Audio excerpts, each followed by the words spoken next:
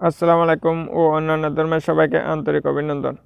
আজকের এই ভিডিওর মাধ্যমে আপনি জানতে পারবেন যে আপনার এমআই ফোন দিয়ে কিভাবে লং স্ক্রিনশট নেবেন কোনো অ্যাপসের সাহায্য ছাড়াই। সো ভিডিওটা শুরু করার আগে যে কথা না বললে নয়, আপনি যদি আমাদের চ্যানেলে নতুন দর্শক হয়ে থাকেন চ্যানেলটি অবশ্যই সাবস্ক্রাইব করবেন এই ধরনের নিত্য নতুন টেকনিক্যাল টিপস এবং ট্রিক্স পেতে। আর ভিডিওটা কন্টিনিউ দেখুন, অবশ্যই আপনি বুঝতে পারবেন বিষয়টা। সো চলে যাওয়া যাক মোবাইল স্ক্রিনে। অলরাইট বন্ধুরা, আমরা চলে আসছি ফেসবুক থেকে আমরা একটা লং স্ক্রিনশট নিয়ে আপনাদের দেখাবো কিভাবে আপনি আপনার এমআই ফোন দিয়ে লং স্ক্রিনশট নেবেন।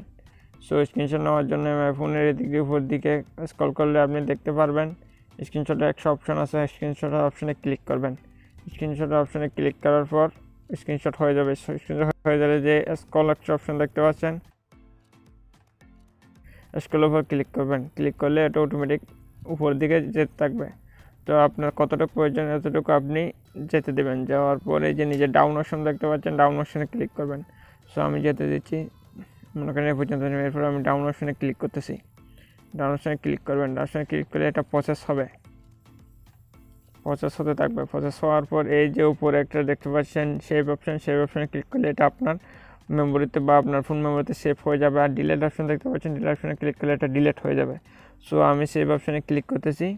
সেভ অপশনে ক্লিক করার পরে এটা অটোমেটিক আপনার ফোনে সেভ হয়ে গেছে। সো আমি দেখবো এখন এটা কীভাবে কতটুকু কার্যকর হয়েছে সেভটা। সো আমি ব্যাগে আসতেছি। ব্যাগে আসার পর আমি গ্যালারিতে যাচ্ছি।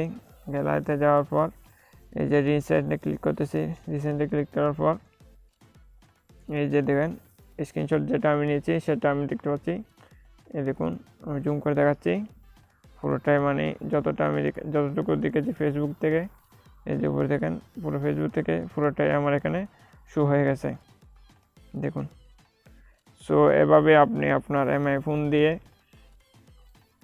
লং স্ক্রিনশট নিতে পারেন কোনো অ্যাপসের ঝামেলা বা কোনো ঝামেলা ছাড়াই।